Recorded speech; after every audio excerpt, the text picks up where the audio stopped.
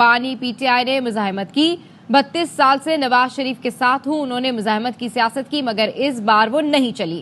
ARY news کو خصوصی interview میں رانا ثنا نے کہا، ہم سمجھتے تھے بانی پی ٹی آئی مزاحمت نہیں کر سکیں گے لیکن انہوں نے کی۔ دیکھنا ہے پی ٹی آئی کی مزاحمت ہمیں لے ڈوبی یا ہماری مفاہمت۔ ہیروئن کیس بنانے پر قمر جاوید باجوہ سے تلخی ہوئی۔ فیض آباد دھرنا TLP کا فیصلہ تھا۔ جاوید لطیف الیکشن سے متعلق جو کہتے ہیں وہ غلط ہے۔ الیکشن میں کوئی سلیکشن نہیں ہوئی۔ عدم استحکام ہے، اس میں ذمہ داری قبول کرنی چاہیے۔ یہ کہنا کہ جی میں نے یہ اس لیے کر دیا کہ مجھے کسی نے کہا تھا، کسی کا پریشر تھا، یہ ساری چیزیں جو ہے نا، یہ مرضی اپنی بھی ساتھ شامل ہوتی ہے۔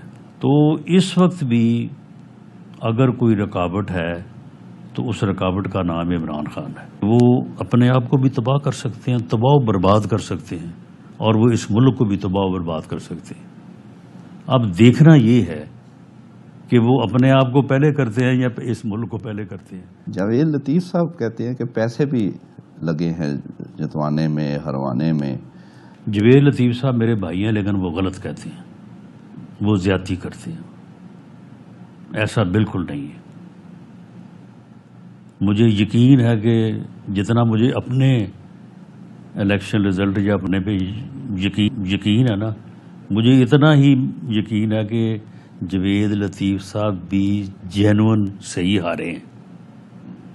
ان کا گلہ یہ ہے کہ میں ہار گیا ہوں، رانا تنویر کیوں جیت گیا۔ اگر رانا تنویر ہار جاتا نا تو جاوید لطیف صاحب اس وقت انتہائی پرسکون ہوتے۔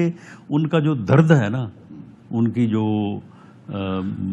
مشکل ہے، اس کو میں سمجھتا ہوں۔ یہ غلط ہے۔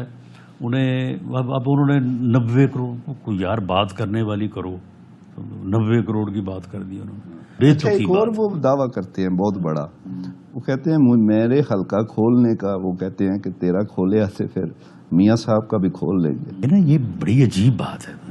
یہ کس نے کہا انہیں؟ اگر کسی نے کہا تو ہمیں بتائیں نا، پہلے میاں صاحب کو بتائیں کہ جی مجھے فلاں آدمی یہ بات کہہ رہا ہے۔ میرا نہیں خیال کہ انہیں کسی نے کہا ہے، یا وہ کسی کا نام لے سکتے ہیں کہ فلاں نے کہا ہے۔ یہ سیاسی تھیوری جو ہے نا، یہ سیاسی تھیوریوں نے ہمیں تباہ کر دیا ہے۔ ہم ہر بات میں سے کوئی نہ کوئی سازش وہ آپ کے اپنے ڈھونڈ لاتے ہیں۔ بندے ہی کہہ رہے ہیں، غلط کہہ رہے ہیں ہم۔ کوئی سلیکشن نہیں ہوئی، بالکل کسی نے نہ مجھے ٹارگٹ کیا ہے نہ کسی اور کو ٹارگٹ کیا ہے۔ کہتے ہیں جی وہ پہلے سے ڈیسائیڈ تھا جی کہ میاں صاحب کو، بالکل غلط بات ہے۔ ہم ایسے ہی جو ہے وہ بیانیہ بنا کے چلا رہے تھے چوتھی مرتبہ وزیر اعظم کا، پہلے سے اگر ہو گیا تھا۔ بریفنگ تھی پارلیمنٹ ہاؤس میں عسکری قیادت کی، تو آپ کا آمنا سامنا ہوا باجوہ صاحب سے؟ انہوں نے بڑی غلط بات کی تھی۔ پارلیمنٹ ہاؤس میں ایک تقریب تھی، تو اس میں میاں شہباز شریف صاحب نے ان کے ساتھ میرے حوالے سے نا تھوڑا سا گلا کیا کہ باجوہ صاحب یہ دیکھیں رانا صاحب کے ساتھ کتنی زیادتی ہوئی ہے، بے گناہ ہیں یہ۔ تو انہوں نے بڑی غلط بات کی۔ انہوں نے کہا وہ نہیں یہ بے گناہ ہو گے، کوئی اور کام کیتا ہوئے گا، جی انہوں نے بات کی۔ میں نے یہ سن لی۔ اس کے بعد پھر دوبارہ جب وہ مجھے ملے وہیں پہ، اس دن کو بریفنگ تھی پارلیمنٹ میں، تو مجھے وہ یاد تھا۔ تو میں نے پھر انہیں کہا کہ باجوہ صاحب آپ نے میرے خلاف جو مقدمہ بنایا ہے، میں نے کہا میرا اللہ آپ کے اور میرے درمیان انصاف کرے گا، اور اسی دنیا میں کرے گا جو آپ نے میرے ساتھ زیادتی کی ہے۔ کہنے لگے نہیں میں نے نہیں بنایا۔ میں نے کہا نہیں آپ نہیں بنایا۔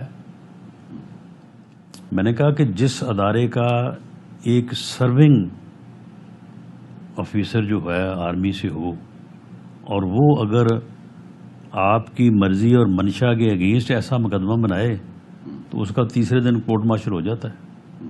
اس لیے آپ اس میں شامل ہیں۔ تو بہرحال پھر اس کے اوپر تھوڑا اور